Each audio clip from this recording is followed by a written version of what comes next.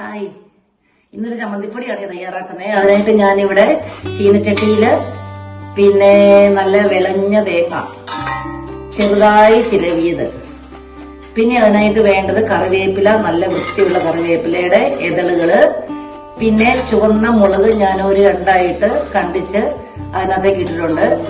പിന്നെ ചേർത്തിരിക്കുന്നത് ഇഞ്ചി അരിഞ്ഞത്, ഇഞ്ചി ചെറുതായി കൊത്തി അരിഞ്ഞതും കൂടെ ചേർത്ത് ഞാനിപ്പോ ഇത് വറുത്തുകൊണ്ടിരിക്കുകയാണ്. പിന്നെ ഒരു കുറച്ച് കുരുമുളകും കുറച്ച് ഉണക്കക്കാന്താരിയും കൂടെ ഞാൻ ഇതിനകത്തേക്ക് ചേർക്കുന്നുണ്ട്. അപ്പൊ അതിനൊരു പ്രത്യേക രുചി കിട്ടും. ഇഞ്ചിയും ആ കാന്താരിയുടെ ചുവയെല്ലാം കൂടെ കൂടുമ്പോൾ നല്ലൊരു രുചിയാണ്. ഇത് നന്നായി ഒത്തിരി തീയിൽ വറക്കരുത്, അപ്പോൾ ഇത് കരിഞ്ഞു പോകും. ഇളക്കിക്കൊണ്ടിരിക്കണം, അല്ലെങ്കിൽ അടി പിടിക്കും. ഇതെല്ലാം കൂടെ ചേർത്ത് നന്നായി ഇളക്കി ഇത് നല്ലൊരു ബ്രൗൺ കളർ ആകുന്നത് വരെ ഇങ്ങനെ ഇളക്കി കൊടുത്തുകൊണ്ടിരിക്കണം.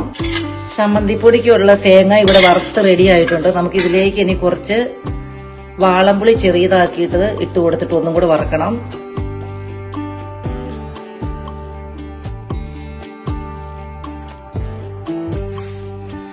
അങ്ങനെ ചമ്മന്തിപ്പൊടി റെഡിയാക്കാനുള്ള തേങ്ങയെല്ലാം വറുത്ത് ഇവിടെ റെഡി ആയിട്ടുണ്ട്. അത് നമുക്കിനി മിക്സിയുടെ ജാറിലേക്ക് കോരിയിട്ടിട്ട് കറക്കിയിട്ട് നമുക്ക് അടിച്ചെടുക്കാം.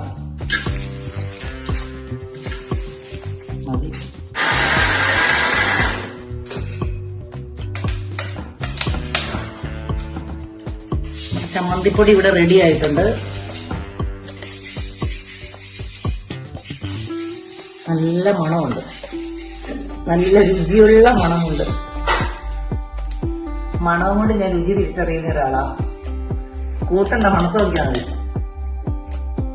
ഇഞ്ചി, മുളക് പൊടി, കുരുമുളക്, ഉണക്കക്കാന്താരിയുടെ എല്ലാ കറിവേപ്പിലയുടെയും തേങ്ങയുടെ എല്ലാം മണം.